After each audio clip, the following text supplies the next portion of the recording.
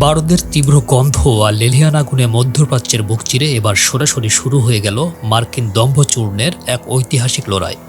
বিশ্ব বাণিজ্যের প্রধান ধমনী হরমুজ প্রণালীতে মার্কিন সাম্রাজ্যবাদের রক্তচক্ষুকে বুড়ো আঙ্গুল দেখিয়ে বীর দর্পের রণক্ষেত্রে মুখোমুখি দাঁড়িয়ে গেছে অকুতভয় ইরান।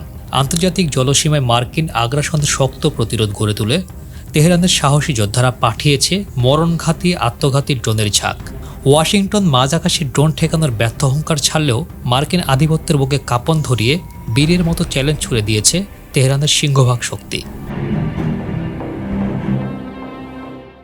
রক্তক্ষয়ী এই সংঘাতের সূত্রপাত গত শুক্রবার, যখন মার্কিন সেন্টাকমের রাডারে ইরানের তৈরি অত্যাধুনিক ড্রোনগুলো ধরা পড়ে।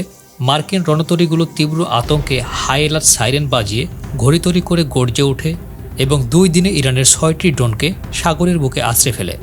তবে বীর ইরানিদের এই লড়াই কেবল আকাশে সীমাবদ্ধ থাকেনি।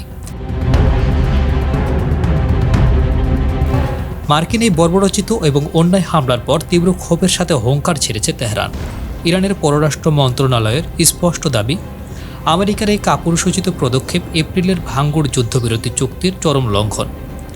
বীরের বেশে তারা কেবল আন্তর্জাতিক নিষেধাজ্ঞা অমান্য করা তেলবাহী ট্যাঙ্কারগুলোকে প্রতিহত করতে চেয়েছিল। এই অন্যায়ের জবাবে কুয়েত ও বাহরাইনে অবস্থিত মার্কিন ঘাটের বুক কাঁপিয়ে ধেয়ে গেছে একের পর এক ইরানি ব্যালিস্টিক মিসাইল।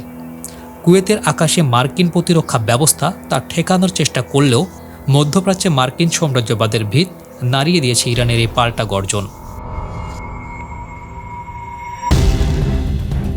ইরানের এই অসম সাহসী প্রতিরোধ যখন পুরো বিশ্বকে কাঁপিয়ে দিচ্ছে, তখন ওয়াশিংটনের রাজনৈতিক মহলে তৈরি হয়েছে তীব্র আতঙ্ক ও উত্তেজনা।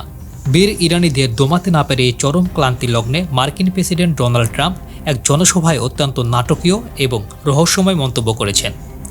পরিস্থিতি সামাল দেওয়ার ব্যর্থ চেষ্টা হিসেবে তিনি তেহরানকে সরাসরি হুঁশিয়ারি দিয়ে বলেছেন, ইরানের সাথে সব হিসাব নিকাশ দ্রুতই চুকে যাবে।